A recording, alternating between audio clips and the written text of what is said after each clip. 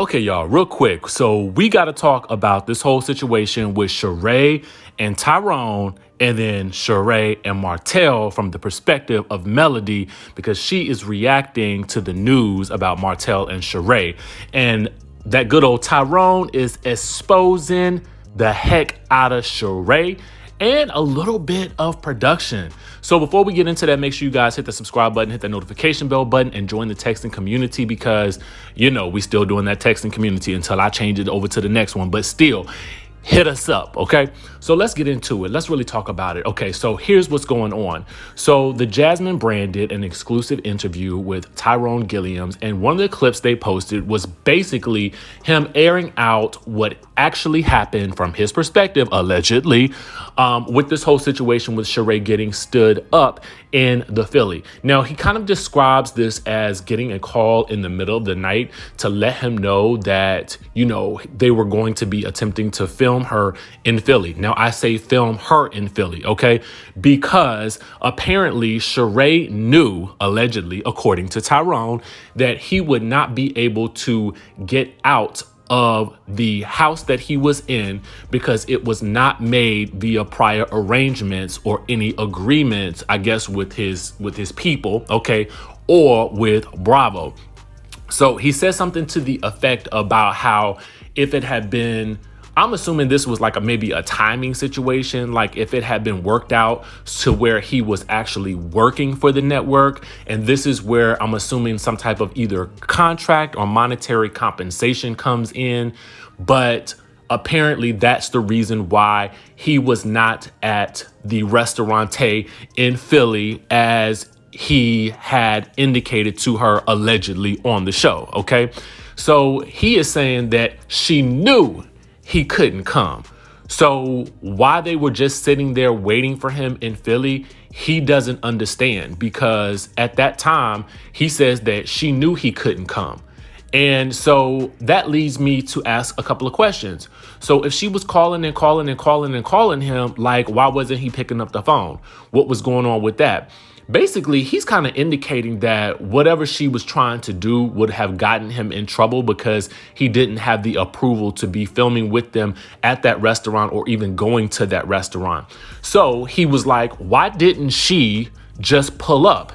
She knew exactly where I was. And she said at that point in time, they could have potentially, she could have just came over to where he was. Now, I don't know if he would have been allowed to have that filmed, because his previous statement was that he needed a prior arrangement or agreement or some type of work agreement or something to the sort.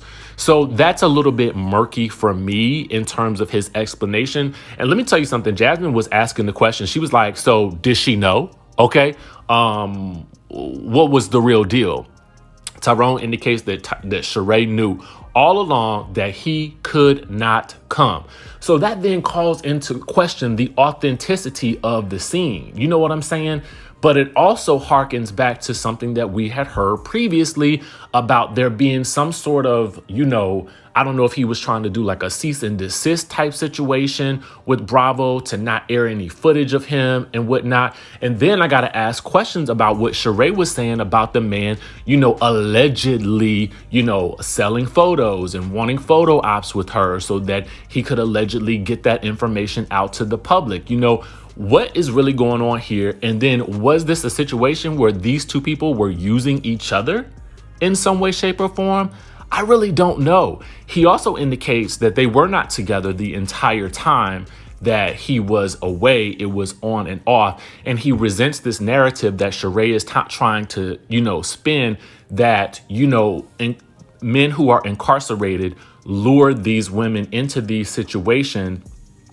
And then when they get out, they turn into something different. He says that for him, she almost ruined his chances of, you know, being able to get out in a timely fashion because he was already out on an early release.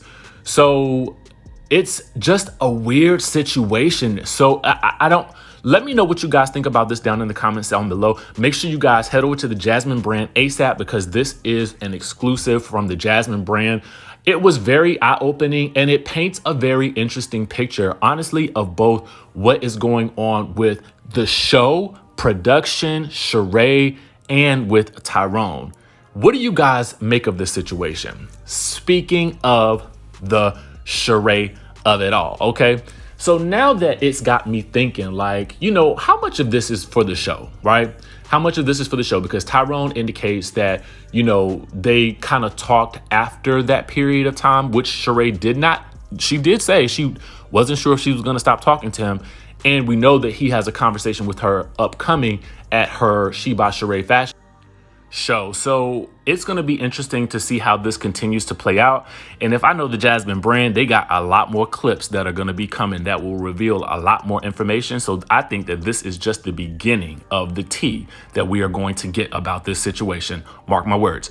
Now, let's get into the Sheree and Martell of it all with regards to what Melody's opinion about this situation is. So I think this was on the Shade Room. You guys will actually see where it's from when I post this video, because I'm kind of talking off the cuff right now while I'm trying to get ready for my day in Mississippi. But at the end of the day, when asked about, she did an interview and she was asked about the Sheree and Martell of it all. And basically her opinion was unbothered. Okay. Unbothered about the situation. She says she's not a part of that, so she doesn't really have much to say about it. And she says that she has not heard anything negative about Sheree. So she really doesn't have any sort of perspective on it outside of, I guess that's just her ex, and her ex is doing whatever he want to do. And to be quite honest with you, I think she said at one point, she was like, I couldn't control what he did when we were in the marriage and he was talking and seeing other people. So I definitely can't control what he does now. So I'm not even in that situation. So I think that's probably the best position for Melody to take, because I know that a lot of people are asking if this situation is made for TV in some way, shape, or form. I mean, granted, listen, I think if the two of them want to get their freak on together or do whatever they want to do, they look good together, let's go for it. But a part of me now wonders, examining this Tyrone situation, like, is this a look for TV? I mean, if it is a look for TV, I mean, it's a good look. It's funny to me. But if it's for real, and the two people just want to get their freak on, listen, I'm here for that too. Do what you do, make it do what it do, make it pop, lock, and drop, all that good type of stuff. You know what I'm saying? Because I'm not trying to stop nobody. But when we try to look at this situation with our third eye, and we now know from Tyrone's perspective what's been going on, and honestly, y'all, he did not badmouth her in the way that she has badmouthed him. Like, she has gone off about, the sex being bad with Tyrone, but yet you stayed with him all that time, even while he was locked up. He did not badmouth her at all, but he did basically say that she could have risked him getting into trouble. So I just wanted to bring y'all this tea real quick. Let me know what you guys think down in the comments down below, and I will catch you guys in the next video.